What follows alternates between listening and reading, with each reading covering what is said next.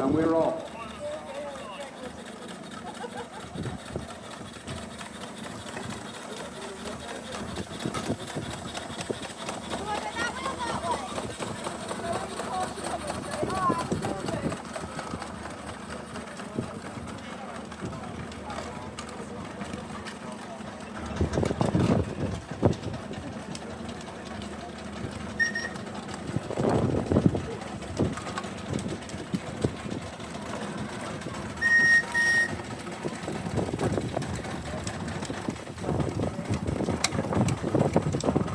Okay, so we've got the first engine coming in for this year's Honiton Hill Rally. This is a 4-inch Foster built 2016. It is an early boiler. We have a little whistle on that one. Whistle. Brilliant, thank you. And it was purchased in 2023 by the Mitchell family from Falmouth. So for the Steve Apprentice. So I'd like to thank them for coming with that one. Following on behind, we've got a 4-inch scale Foster traction engine, built 1991, owned by the current owner for the last 3 years. It's come all the way from Somerset. While the engines are coming in, we do talk about full-size engines, we talk about miniature engines, 4-inch, 6-inch. To sort of summarise what we're trying to do, a 12-inch to the foot engine is obviously full-size. And if you go to a 6-inch engine, which there's several on site which you'll see shortly, they're effectively half size from a 12-inch. So if you look at the 4-inch, which is just rolling in now, that's a third size. So it's a combination of drawings that have, from a full-size engine have been shrunk down to scale. So in fact, you can go down from 12 inches to the foot to 9 inches to the foot to 6 inches, I've seen 5 inches, unusual, 4 inch, 3 inch, and it goes on down. So I hope I haven't complicated it too much, but that's a general sort of idea. So this engine in front of me now is, no it isn't, that's the next one. This is owned by Sam Woolley from Lipstone.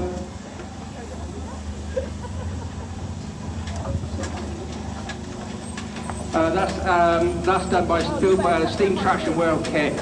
Started in 2013 and it was first steamed in 2023, and that again, as I say, has come from Sam Woolley from Lipstone. It comes with a little ride-on trailer there, and great little engines these are. Any of these little 4-inch engines, I started my life on one of them, and you can do a lot with them. You can go on the road, you can do all sorts of things, put them on the saw bench, bailing, obviously running around like this, going to the pub on a Sunday afternoon. They're very, very utilisable engines, so really easy to use, and obviously the joy is you can keep them in the garage at home and get into a show like this with behind the car, which is very different to the next engine that's coming up. Okay, we've got another engine. I will be honest, you must apologise, I don't know a lot about this. These are late entries. This has come from the Prout family near Welland. This is the engine called the Governor. I'll tell you what it is. It's a Burrell single crank compound. I think it probably lives in that part of the world, even though it's got Edinburgh. Burrell basically made, there's a couple of Burrells coming through. It's a single crank compound, so it's basically 2 pistons running on one conrod to one crankshaft, or to one drive. It's patented by Burrell, only ever used by Burrell. And it's a very, very unusual system. If you have a look, it's a very unusual arrangement compared to what we use as a sort of the what we call the double crank compound, which is 2 pistons, 2 conrods. As I say, Burrell did it, and it made and basically meant it would fire better, and it would give you much better fuel consumption of water, and of course a lot more power, which everybody wants. Following in behind, this is the Lion. For people who've not seen the Lion, this is the last outing you're going to see this engine down in the southwest. Engine lives in Kent, works order number 8850, ordered by the Devon Trading Company Limited, Bideford, 28th of 1933, and delivered in October of that year. It is a 7-ton wagon with standard 15.3 body and 24-foot inch drop sides. It's owned by Derek Grandison from Newham in Kent. He's come down, he started off at Powderham Historic Vehicle Gathering in July, and he was telling me he's not gone home yet. And as I say, this is his last show. And from here on Tuesday morning, he's driving it straight back to Kent. So I would like to wish him all the luck on that. If you look in the back of that wagon, you'll see a cover there, and that's full up with coal ready for his trip. So, as I said, that's the last part of his summer jaunt, so I do wish him all the luck on that one. Following in behind, this is a very unusual engine. This is a Burrell crane engine, owned by R. Allen of Yeovil, built for Screen Brothers Oldbury for heavy haulage. It was still working in 1964, one of the last engines in the country, being commercial work. Gorgeous, this is a beautiful engine, it's a lovely Burrell, and I know they've done a lot of work to get it to the standards you can see today, and again, lovely to see it. Okay. In behind this, we've got another late entry from the Prouts, again, Welland area. It's a very nice Burrell double crank compound engine. As you can see, absolutely beautiful. Can we have a little whistle on that one? Thank you very much. They are listening.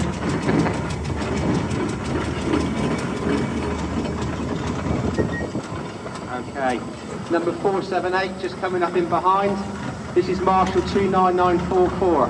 Very old girl, 1896. It was mainly used in the days of winching timber, threshing, that sort of thing.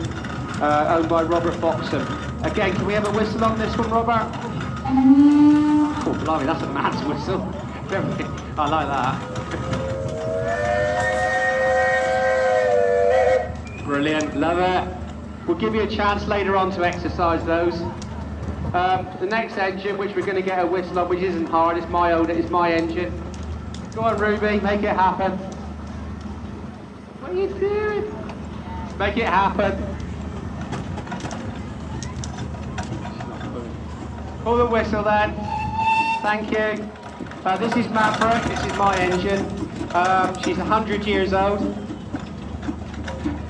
She's 100 years old, being driven by David and Ruby, and David's now 61 years old, so he's knocking on as well.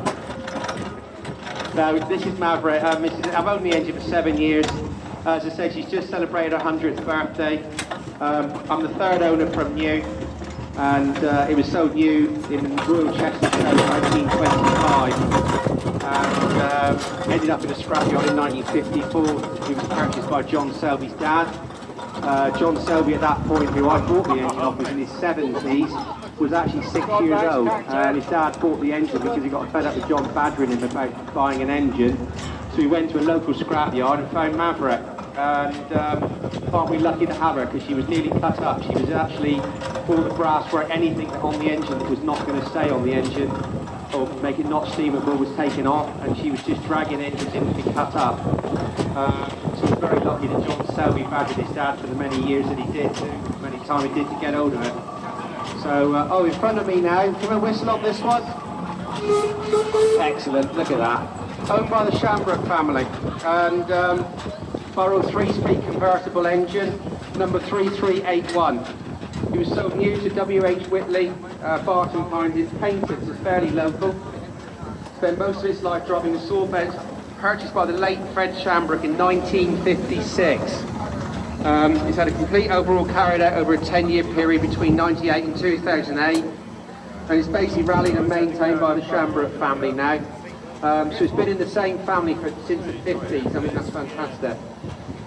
Shortly following behind is another Aveling and Porter owned by the same family, also purchased by Fred Shamrock in 1956.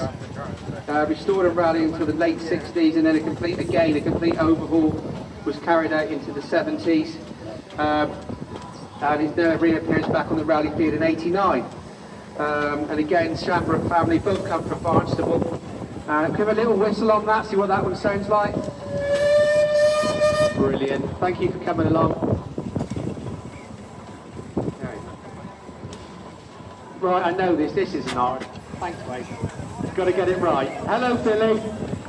Billy's just coming up now. It was originally ordered from Scotland in 1895, so actually Billy is actually serving her 130th birthday this year. So these engines are knocking on. It's amazing how they do survive. And as you can see, it's the world's oldest borough single crank compound in existence that's working. And it's been owned by the Nicholson family since the late 80s. And as you can see, absolutely resplendent. You might not see her for a couple of years now, because she's got to go away and have some boiler work not far off soon. So Dave's itching to get it to pieces and get it fixed with the family. And hopefully you'll be seeing her out again before too long. Okay, following it behind. Will everyone whistle on Billy? Will we whistle on Billy? That's a loud whistle, that one, they can't hear me. Okay, so we got the Griffin, owned by the Vincent family. Can we have a whistle on this one? We're coming. Have a whistle on the Griffin? Brilliant, thank you. Thank you very much for the Vincent family for coming in. I know they're a little bit late for personal reasons, so I do appreciate that, bringing it along. It's called the Griffin, but it's also called the White Rose of York. It's lived a long time in the Dingles Museum down in Lifton, and it was purchased originally by John Atkinson, who managed to do a very, very good restoration on the boiler without actually damaging the beautiful paintwork. The absolutely original paintwork. She's been like that for a long time, and obviously you can't restore it to modern colours because you can't buy that colour paint, so you've got to make do with what you've got. So it's lovely to see them in that original way, and of course the brass is gleaming, so that's brilliant. So thank you again for bringing that with along, Vincent family.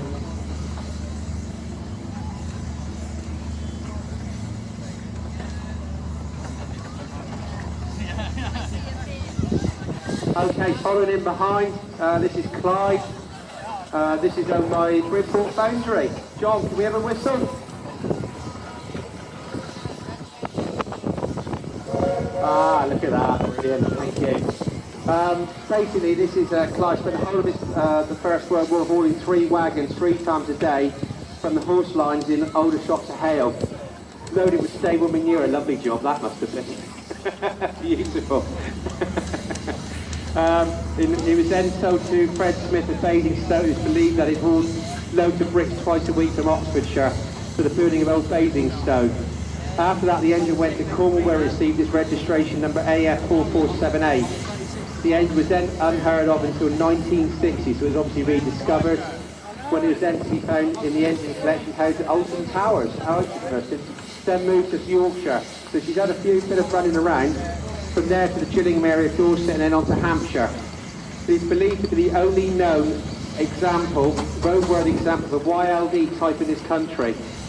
So again, lovely to see it, and love the war livery on it. It really does look good. Okay, right behind that, Jerry's slipping through without me getting a chance to talk to him. Jerry, got a whistle on the man? He used to do it. He's too busy. This is a lovely little man engine. One of only about, I think, 6 ever made. It's the last one they made.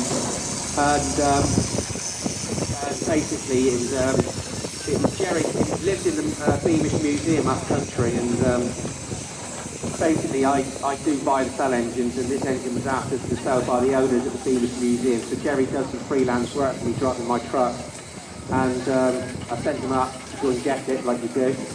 And on the way back, just by the time the engine had got back to back to Exeter, Jerry bought it. I didn't have a say in that one, and I think it's right. It's a lovely engine, and Jerry really does look after it. Gets used a lot in the South Devon, South West shows, and it's certainly something unique, which is what's always good to see. And as I said, there's only, I don't think there's any more than 3 or 4 in the UK at the moment of those, from memory. Okay, so we've got Edney May. Give a whistle on Edney May. Thank you. Right, you can carry on. Half-size, 6-inch scale engine built by David Greenshields over a 4-year period. It's modelled on the Burroughs 7 nominal horsepower Agri engine. As I say, owned by David Greenshields of Wellington. So as I say, this is a half-size engine, so get a set of drawings of a full-size engine, half the dimensions, this is what you get. Very much. Okay, Missy. Lovely little 4-inch engine showing a Bowser drop-side wagon, all built by both Hope English and Plymouth. and lovely to see it. And I see buses walking alongside. Give a little whistle on that one. Brilliant, thank you. Nice to see the youngsters getting involved. Long may it continue, because you're the future. Right, you can carry on. Thank you very much. This lovely little engine, this one. This is it's built in 1983. Clayton 3-inch steam lorry. Purchased by the present owner at the Great Dorset Steam Fair. And it's now owned by D. Watson family from Columpton. As you can see, it's just a 2-inch engine, or 3-inch Clayton. It's brilliant to see it, because believe me, this is the hardest engine to run on site. If you put a fire in that, cough and sneeze, the fire goes out and the water level drops to nothing. So to be able to get these, yeah, he's putting his thumbs up at that. To get this to drive around the main ring is quite a feat, it really is. And the firing, you've got to get it down to fine art, you know, so don't ever, when you look at these small engines, they're the hardest of all to see. So thank you again for bringing that. I recognise this engine. Give a whistle. Ah, look at that. Thank you, Jordan. Very deserved. Okay, this is Thomas, Burrow double crank compound engine, and regularly used for local shows. Beautiful thing that is. It's built to a very high standard. I remember when it was so new to a guy called Horace, who sort of used to do all the local shows, take kids around the rally field, that sort of thing, and it's lovely to see it still living in this part of the world. Another engine owned by the Green Shield family, half-size crane engine. Give a little whistle on this one. Hey, got siren. Got 2 whistles on there. Owned by David Greenshields of Wellington. Again, took 5 years to build. So a lot of work, half-size engine with the crane on the front. Lovely to see it. And so what we got coming in behind here. This is another little late entry.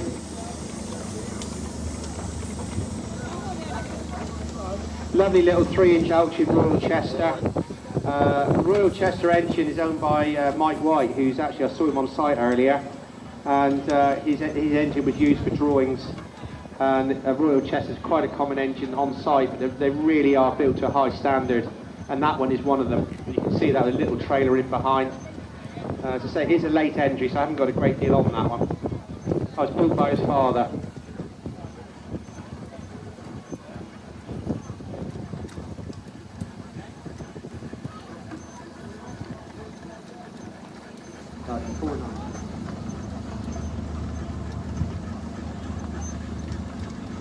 Thank you very much. This is another 4-inch Model Works Boral agricultural engine. This is owned by S. Trail from Cornwall.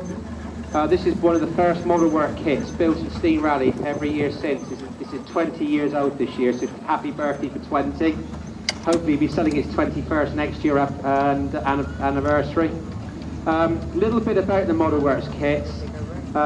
They were, in the day, which you can still do now, is a company called Steam Tractor World, which is the same sort of thing. You could actually order a kit in the post, and basically once a month you would get a pile of bits come through the post to build your new engine. It was designed for the engineer without too massive skills, which actually I don't quite agree with. As long as you've got a milling machine and a lathe and the knowledge how to put an engine together, these engines could be built. And as I said, there's quite a few of these about now, particularly the Steam Tractor World, not so much the Model Works kits. But all in all, it's great to sort of see these. And as I said, it's a way of getting onto the steam world without sort of having to build one from scratch. It takes the hard work out of it, even though it still takes about 2 years to assemble one. Okay, so now we've got a 1913 Garrett 4CD tractor, new to R. Neil and Sons, Northern Ireland. His return to England for preservation has had various owners over the years. Bought by the current owner in 2006, named Wallace, after the owner's late father. This engine has taken approximately 5 years to build. It's being driven by George there, owned by Wayne Bolston. They're a little bit of a late day coming in, but we got them in the end. That's the main thing, isn't it, George? Yeah. Do we have a whistle on that one? We got whistle on it? Give us. That's perfect, that'll be alright. I love the white t-shirt. That ain't gonna last long. Anyway, thank you for bringing it, George. Again. This is an unusual engine. This was outside the beer tent last night. I was promised to get some information on it, so I'm still waiting for that. Yeah. We got a whistle on this one? Got a whistle? Brilliant. This is a very rare engine. This is a case. I don't know a lot about it. I think it was built in 1905, something like that. It's an American engine. You won't see many of these in this country. Yeah, it's got a new boiler. It's just recently come from Germany. Yeah, in America they used to build boilers for these things with 4mm plate. So the first thing that happens in this country, if you bring one over, you've got to replace the boiler because the boiler tester won't pass it. So the case is quite an unusual for that. So, you know, it's lovely to see it ticking over outside the beer tent. As I say, don't take it for granted. You won't see many of these in this country. They're always sort of static in a corner somewhere, always going to get done but never do. So to see a brand new boiler in one of these in one running is rare. Oh dear, we've got a McLaren road loco coming in. This is owned by Tom Freeman of Totnes. It's a 10 nominal horsepower McLaren.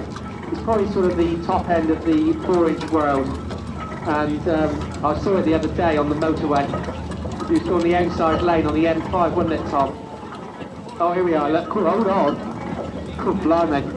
He's got to be a bit careful because he's got 9 points on his licence with that one, so you don't want to be clicking any more cameras, do you, Tom? Oh, thanks for bringing it, Tom.